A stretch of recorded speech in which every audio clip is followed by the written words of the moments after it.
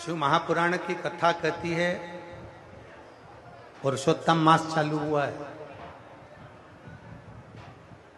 अधिक मास चालू हुआ है। 5 चीजें अधिक मास के महीने में शिव जी के लिए आप करिए।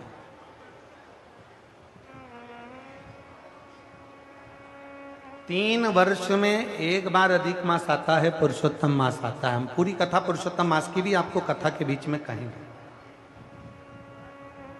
इसलिए पुरुषोत्तम मास में जो कथा चल रही है 3 जगह पर, एक करनाल में हो जाएगी, इसके बाद में फिर दुधाना गांव में महाराष्ट्र में हो जाएगी, फिर एक ऑनलाइन हो जाएगी। ऐसी तीनों कथा हमने अधिक मास पार्ट 1, अधिक मास पार्ट 2, अधिक मास पार्ट 3 इस नाम से हम इस कथा को दिए।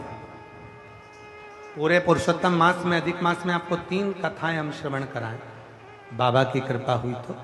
और उन तीनों कथाओं का क्रम,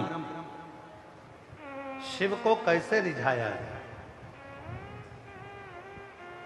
5 चीजें धारण करो। आज 17 मई से अधिक मास प्रारंभ हुआ है, जो 15 जून तक चलेगा। इस 15 जून तक के अधिक मास में 5 चीजें अपने अंदर धारण करना है। पहले नंबर का, शिव जी को 1 लोटा जल सुबह से लेकर शाम तक के बीच में कभी भी चढ़ाना जरूर। दूसरा,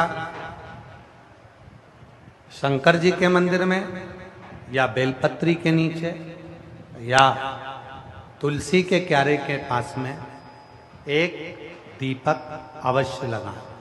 चाहे सुबह लगाएं, चाहे शाम को लगाएं, तुम्हारी मर्जी पड़े तब। दीपदान जरूर करो, जल जरूर चढ़ाओ। तीसरा, एक बेलपत्री को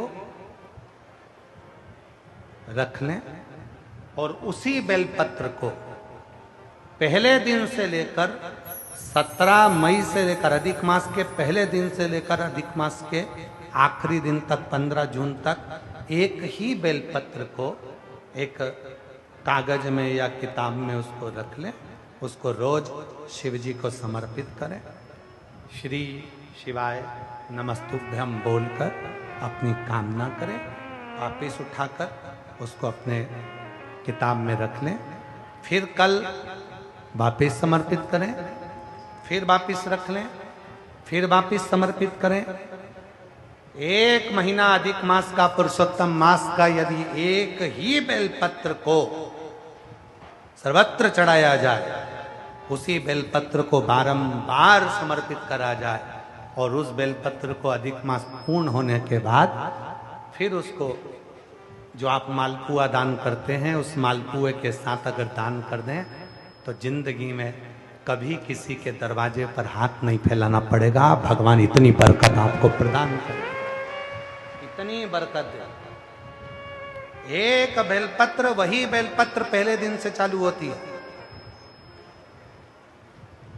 किसी भी शिवलिंग पर, चाहे पार्थिव पर चढ़ा लो, आप चाहें तो अपने, हम गुरुजी हम वहां पर नहीं है, हम कथा में रहते हैं, हम कथा सुनने जाते हैं, तो हम कहाँ चढ़ाएं?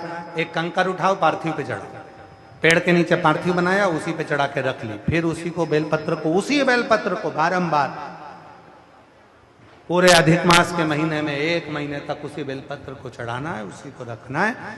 फिर आखिरी दिन जो अधिक मास पूर्ण होगा, उस दिन उस बेलपत्र को मालपुए पे रखकर शिव जी को चढ़ाकर लेके आना पहले, फिर मालपुए पे रखना और उसको रखकर फिर भगवान उस मालपुए को तुम दान।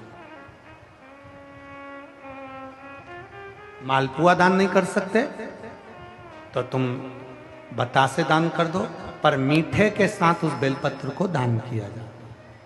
बतासा है, मिठाई है, कोई 33 कोई भी सामग्री 33 जो मीठी हो वो रखकर आप दे सकते।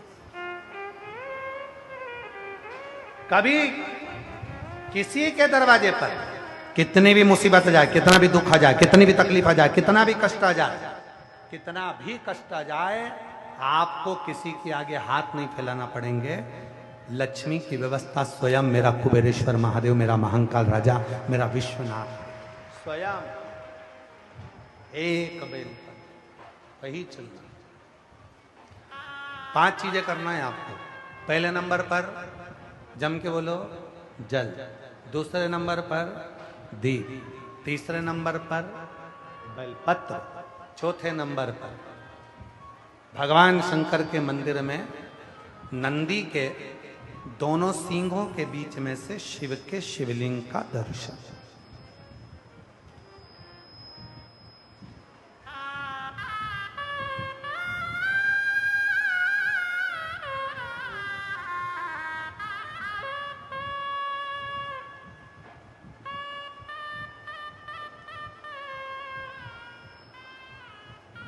नंदी के जो सींग है, उन सींग के मध्य में से भगवान शंकर का दर्शन। क्यों?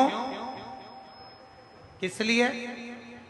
अगर पुरुषोत्तम मास में, अधिक मास में हम नंदी के दोनों सींगों के बीच में से शंकर के शिवलिंग का दर्शन कर लेते हैं तो अपने अंतिम सांस तक शरीर के अंदर कोई बड़ी बीमारी कभी नहीं आती, कोई गंभीर बीमारी कभी नहीं, क्योंकि ज्येष्ठा का अधिक आया है।